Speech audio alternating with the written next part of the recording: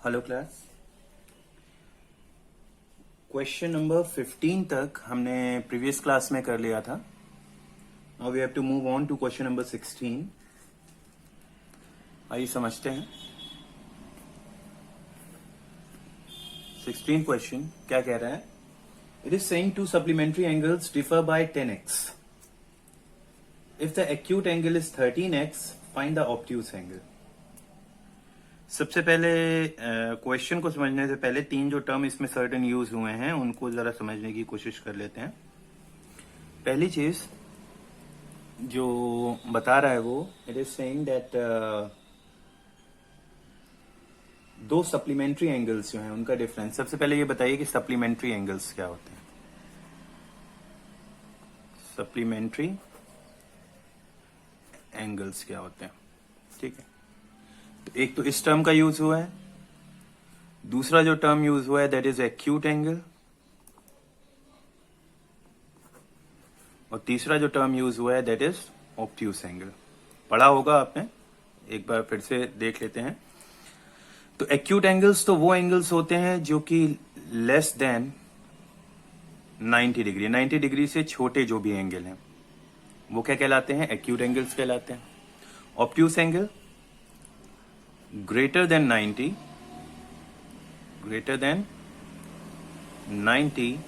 and less than 180, 90 से बड़े और 180 डिग्री से छोटे वो क्या कहलाते हैं? ऑब्ट्यूस एंगल कहलाते हैं। और जो तीसरी चीज है दैट इज सप्लीमेंट्री एंगल्स। अब इसका क्या कॉन्सेप्ट है? तो एंगल्स दो तरीके के बेसिकली, अगर आप सप्लीमेंट्री टाइप में या कॉम्प्लीमेंट्री टाइप में डिफरेंशिएट करना चाहो तो दो तरीके के होते हैं। एक होता है सप्लीमेंट्री और एक होता है कॉम्प्लीमेंट्री। ठीक है, सप्लीमेंट्री कॉम्प्लीमेंट्री में क्या फर्क है? सप्लीमेंट्री और कॉम्प्लीमेंट्री एक्चुअल में है क्या? ये एक्चुअल में दो एंगल्स के पेयर है। ठीक है, कोई भी दो एंगल्स मान लीजिए ए और बी है हमारे पास, अगर उनका सम 180 आता है तो वो क्या कहलाएंगे? सप्लीमेंट्री कहलाएंगे। और अगर उनका सम 90 आता है तो वो क्या कहलाएंगे? कॉम्प्लीमेंट्री कहलाएंगे, कॉम्प्लीमेंट्री पेयर कहलाएगा। मतलब कोई से भी दो एंगल जिनका सम 180 डिग्री आएगा तो वो सप्लीमेंट्री कहलाएंगे और जिनका सम 90 डिग्री आएगा वो कॉम्प्लीमेंट्री कहलाएंगे। ठीक है, हमें क्वेश्चन में किसकी बात हो रही है? सप्लीमेंट्री की। और कितने एंगल्स हैं? दो एंगल्स हैं। तो अगर दो एंगल सप्लीमेंट्री हैं तो एक चीज क्लियर है कि दोनों का सम कितना होगा? 180 डिग्री का होगा। ये चीज हमें यहां से मिल जाती है। क्वेश्चन में दे नहीं रखा है कि 180 सम होगा, लेकिन since supplementary angles term use हुआ है दैट्स व्हाई इनका सम कितना हो जाएगा? 180 डिग्री हो जाएगा। ठीक है, दो ऐसे एंगल्स जिनको जोड़ने पे कितना आ जाए? 180 डिग्री। तो ऐसे पेयर को क्या बोला जाता है? सप्लीमेंट्री बोला जाता है। अब वो कह रहे हैं the acute angle is 13x। तो एक्यूट एंगल यानी कि उन दोनों में से एक एंगल जो आपको दे रखा है that is how much? 13x। ठीक है, तो अब एक बात बताइए, दो एंगल हैं, एक एक्यूट है एक ऑब्ट्यूस है। तो एक्यूट एंगल और ऑब्ट्यूस एंगल का सम कितना होगा? एक्यूट एंगल और ऑब्ट्यूस एंगल का सम कितना आएगा? क्या आपको उन दोनों का सम पता है? नहीं पता है, लेकिन इसमें जो एक वर्ड यूज हुआ है सप्लीमेंट्री एंगल्स, उससे हमें पता लग जाएगा कि इन दोनों का सम कितना है। क्यों? क्योंकि ये दोनों सम एंगल कैसे हैं? सप्लीमेंट्री एंगल्स हैं। दैट्स व्हाई इन दोनों एंगल्स का सम कितना हो जाएगा?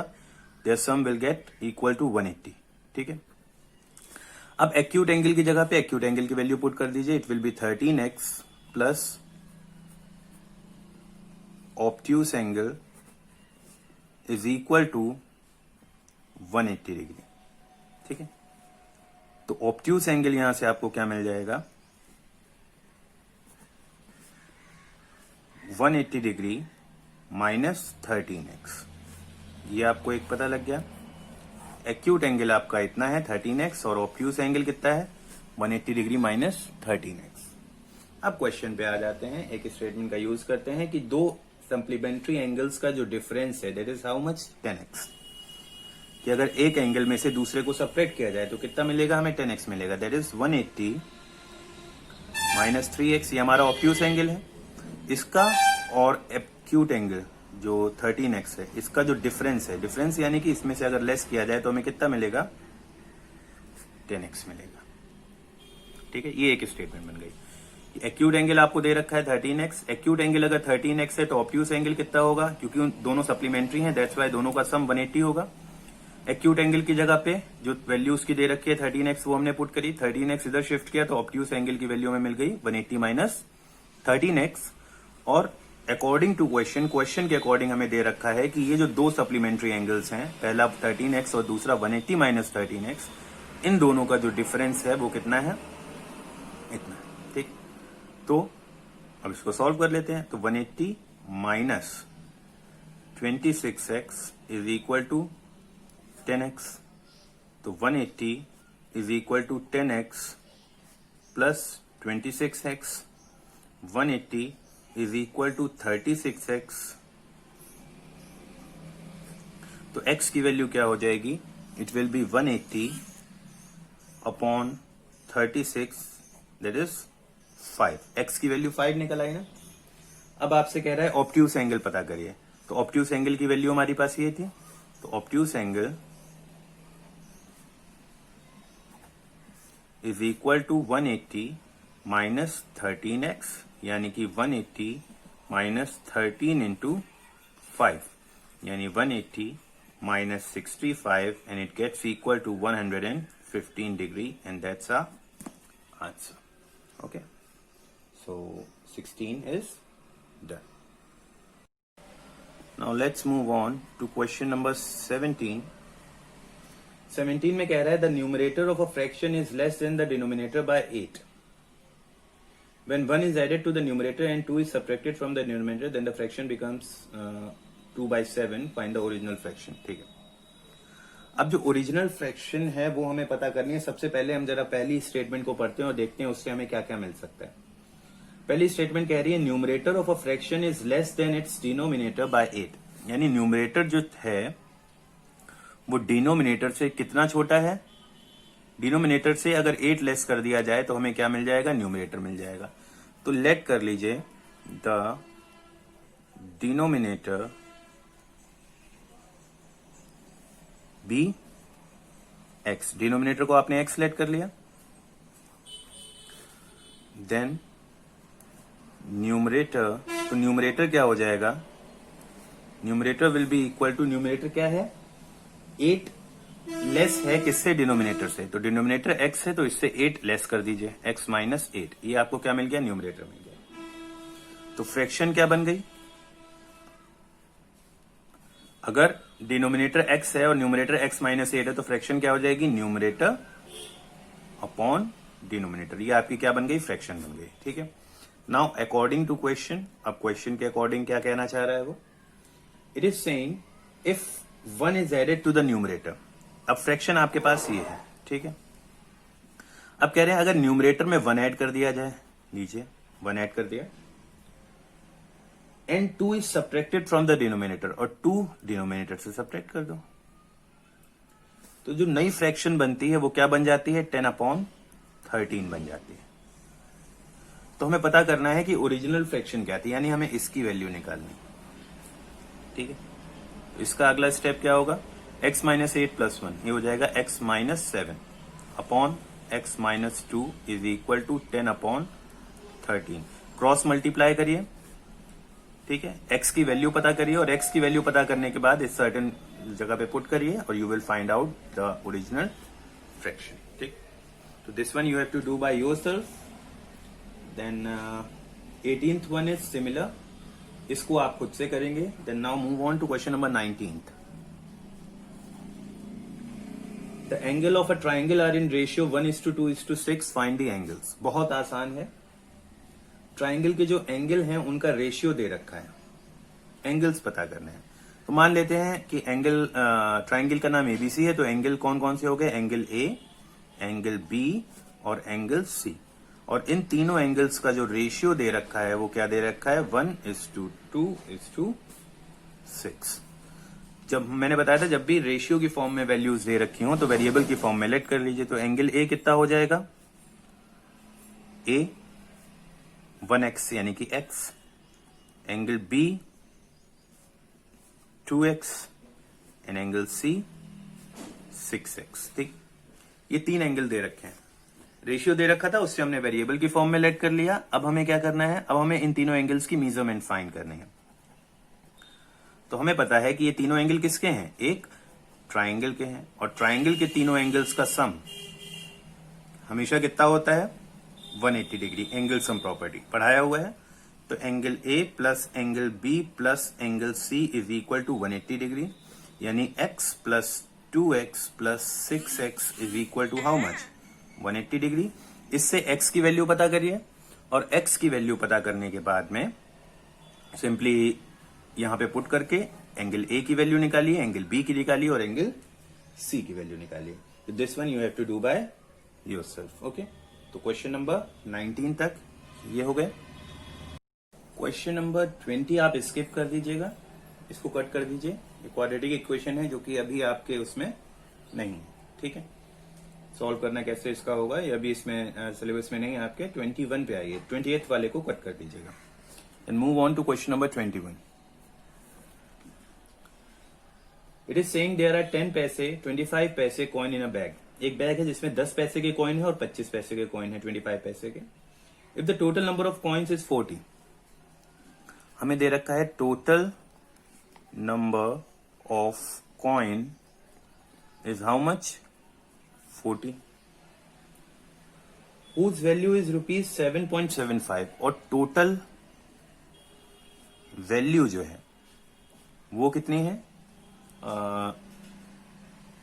रुपीज 7.75। और अगर इसको रुपीज है ना, उधर हमें कॉइन किस में दे रखे हैं, 10 पैसे में और 25 पैसे में। तो जो अमाउंट है उसको हम पैसे में कन्वर्ट कर लेते हैं, तो 100 से मल्टीप्लाई करना पड़ेगा। इट विल बी 775 पैसे ओवरऑल अगर देखा जाए तो। ठीक, अब हमसे कह रहा है find the number of coins of each type. दोनों टाइप के जो नंबर ऑफ कॉइन्स है उनकी वैल्यू पता करनी है। तो लेट 10 पैसे कॉइन बी, 10 पैसे के कितने कॉइन मान लेते हैं, x मान लेते हैं। ठीक है, 10 पैसे वाले x कॉइन्स हो गए। तो अब एक बात बताओ, दो तरीके के कॉइन है, एक 10 पैसे वाले और एक 25 पैसे वाले। ठीक है, 10 पैसे वाले x हैं और दोनों को मिला के कितने हैं, 40 हैं। तो 25 पैसे वाले कितने कॉइन होंगे, जितने 10 पैसे वाले हैं टोटल 40 हैं, 40 में से जितने 10 पैसे वाले हैं वो माइनस कर दो, तो आपको पता लग जाएगा कि 25 पैसे वाले कितने हैं। यानी कि 25 पैसे वाले कितने हो जाएंगे, 25 पैसा coin will be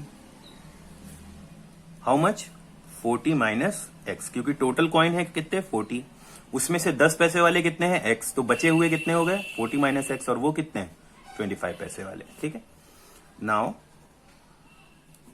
according to question के अकॉर्डिंग हमसे बोल रहा है कि 10 पैसे और 25 पैसे के जितने भी कॉइन हैं उनको मिला करके कितना बन रहा है, 775 पैसा बन रहा है। ठीक है, अब एक चीज देखिए, 10 पैसे वाले x कॉइन्स है तो इनको मिला के कितना रुपया बनेगा। 10 पैसे वाला एक कॉइन होता है तो 10 इंटू 1 होता था, 10 पैसा होता। यहाँ पे x की वैल्यू 2 होती तो कितने रुपए हो जाते, कितने पैसे हो जाते इतने कॉइन से, 2 से मल्टीप्लाई करते, 3 होते तो 30 पैसा, 4 होते तो 40 पैसा, x है तो कितने पैसा, 10 इंटू एक्स, ये 10 पैसे से इतने रुपए बन जाएंगे। प्लस 25 पैसे वाले कितने कॉइन है, इतने, तो इससे कितने रुपए पैसे बनेंगे, 25 इंटू 40 माइनस एक्स। ठीक है, 10 पैसे से इतना रुपया टोटल बनेगा, 25 पैसे से इतना बनेगा, और इन दोनों का सम और इन दोनों को ऐड करने पे टोटल हमारे पास कितना अमाउंट है, वी आर हैविंग 775 पैसा विद अस। ठीक है, तो अब इसको सॉल्व कर लीजिए। एक्स की वैल्यू निकालनी है, एक्स की वैल्यू निकाल करके एक्स की वैल्यू फाइंड आउट कर लोगे तो 10 पैसे के कॉइन पता लग जाएंगे, और उसको 40 से माइनस कर दीजिए तो 25 पैसे के पता लग जाएंगे। Like 10x plus 25 into 40, 25 0 0, 25 400, 1000 minus 25x is equal to 775। ठीक है, यूनिट छोड़ दीजिएगा, तो 10x माइनस 25, ये 1000 ऐसे ही आ जाएगा। 10x माइनस 25x माइनस का 15x इज इक्वल टू 775, तो 1000 -775 gets equal to how much? 15x. तो x gets equal to 225 upon 15, that is equal to how much? 15. तो 10 पैसे वाले कितने कॉइन है? 15 कॉइन हो गए। और 25 पैसे वाले कितने कॉइन है? 40 माइनस 40 टोटल थे ना, तो उसमें से 15 माइनस कर दो, जो बचे हुए हैं दैट इज 25 पैसा कॉइन। तो ये कितने हो जाएंगे? 25 कॉइन। ठीक है, that's your answer for the 21st one. Okay, now next question is 22। बहुत इंटरेस्टिंग क्वेश्चन है, ये लास्ट है, इसको समझिएगा, बाकी बाद में। 22 is saying the distance between two station A and B is 200 kilometre. एक स्टेशन ये है A और एक स्टेशन ये है B। दोनों के बीच का distance is how much? It is 200 kilometre. ठीक है, what else is there? It is saying that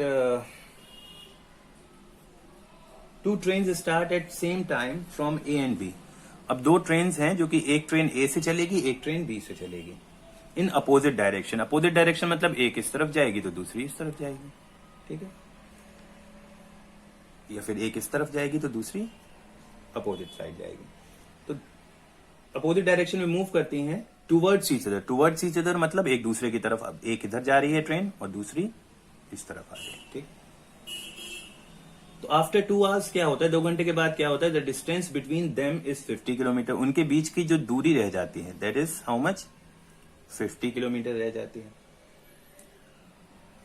यानी कि वो कुछ ना कुछ, ये चल के यहां तक आ गई, दूसरी वाली चल के यहां तक आ गई 2 घंटे बाद। ठीक है, तो ये जो बीच का डिस्टेंस है that is how much? 50 kilometre रह जाता है। अब वो कह रहे हैं कि if the speed of one train is 5 kilometre more than the other train. एक ट्रेन जो है वो दूसरे की स्पीड से 5 किलोमीटर पर आवर ज्यादा स्पीड से चलती है, तो उनकी स्पीड पता करनी है। तो एक अगर 10 पे चल रही होगी तो दूसरी कितने पे चल रही होगी? उससे 5 ज्यादा यानी 15। एक 25 पे तो दूसरी 5 ज्यादा यानी 30 पे। एक 55 किलोमीटर पर आवर पे तो दूसरी उससे 5 ज्यादा यानी 60 किलोमीटर पर आवर की स्पीड पे चल रही है। तो अगर हमें एक की पता हो तो हम दूसरे की इजीली पता कर सकते हैं। तो let the speed of one train be x. एक की एक्स मान लीजिए, तो दूसरे की क्या हो जाएगी? Then speed of another train कितनी हो जाएगी? Will be equal to x plus 5। जितनी इसकी है x किलोमीटर पर आवर, और उससे 5 ज्यादा बढ़ जाएगी दूसरी वाली ट्रेन की x plus 5 kilometre per hour.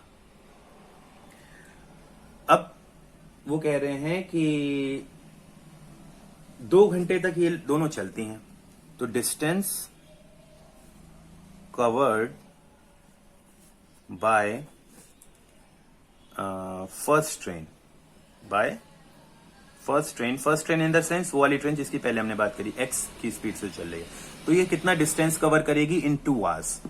तो डिस्टेंस एक्चुअल में होता क्या है? Distance is equal to speed into time. ठीक है, तो पहली वाली ट्रेन जो है कितना डिस्टेंस कवर करेगी? कैसे पता लगेगा डिस्टेंस? हमें स्पीड को टाइम से मल्टीप्लाई करके। पहली वाली ट्रेन की स्पीड कितनी है? x, तो स्पीड ये हो गई इनटू टाइम। टाइम कितना ले रही है? 2 घंटे चल रही है ना दोनों ट्रेनें, तो टाइम इज 2 आवर। तो कितना हो जाएगा? 2x किलोमीटर डिस्टेंस कौन कवर करेगी? पहली वाली ट्रेन। अब distance covered by second train, दूसरी ट्रेन ने कितना डिस्टेंस कवर किया? Again distance is equal to speed into time, लेकिन दूसरी वाले की जो स्पीड है वो अलग है। दूसरे वाले की स्पीड कितनी है? x प्लस 5, तो x प्लस 5 इंटू, और कितने टाइम तक चली दूसरी वाली ट्रेन? 2 घंटे तक, तो x प्लस 5 इंटू 2, तो कितना हो जाएगा ये? It will B 2 into x, 2x plus 10। ये दूसरी वाली ट्रेन की आपको डिस्टेंस पता लग गया कितना इसने कवर किया। अब एक बात बताइए, ए पे पहली ट्रेन थी, बी पे दूसरी ट्रेन थी, दोनों मूव करती हैं, दोनों के बीच का डिस्टेंस कितना था? 200 किलोमीटर, और 2 घंटे बाद रह कितना गया? 50 किलोमीटर, यानी दोनों ने मिलके कितना डिस्टेंस कवर कर लिया? 200 था, 50 रह गया, तो कवर कितना कर लिया? कवर कर लिया है बचा हुआ, यानी कि 150 किलोमीटर। तो अकॉर्डिंग टू क्वेश्चन के अकॉर्डिंग अब पहली ट्रेन ने कितना कवर किया?